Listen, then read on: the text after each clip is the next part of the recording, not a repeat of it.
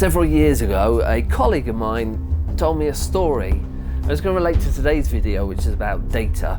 And her story was one about stalking, a particularly sinister subject, but in her case, she was working for an organization, quite a famous one, and in their HR system, somebody managed to get access to her phone number, her address, and started stalking her.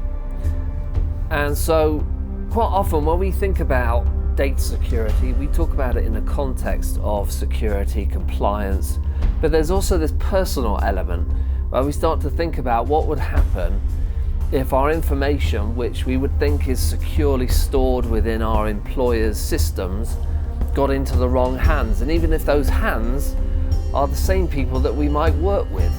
And through the legal process, she was able to do something about it, but still for her, it was a pretty scary experience. So when you think about data security or security in general within your organization, we often think about hacking and cybersecurity and compliance and that kind of thing. But just remember, there is this personal side as well, which you need to think about. Is our employee information open to nefarious bad actors?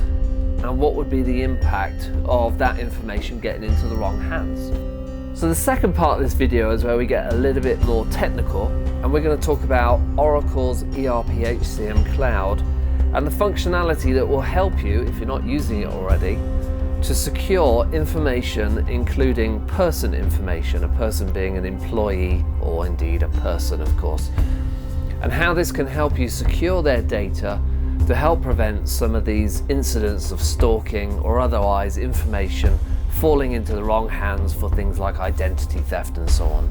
So let's take a look at data security policies. So here we are in the security console within the Oracle application, and we're going to choose a role that we want to edit. And in this case, we're going to choose a role that has something in relation to having the data security for a person. Now you see along the top we got these train stops, and we're going to skip to the third one called data security policies. And as you can see in this list, these are the types of policies that I was mentioning. In this case, this is being able to grant on a person, being able to do things like perhaps maintain their address, their contact details, that kind of thing. This is the part of the cloud application where you actually get to maintain these types of information. And if you're building your own custom roles, one of the things that is very important to do is to incorporate these data security policies. It's a lot easier if you are copying from existing roles. So if you're taking a copy from an existing role and creating a new one, quite often that existing role will have the data security policies already set out. But still, as part of your security deployment, as part of your security setup, just as much as you need to test access to elements within the application, you also need to test the data that the roles and therefore the users have access to as well.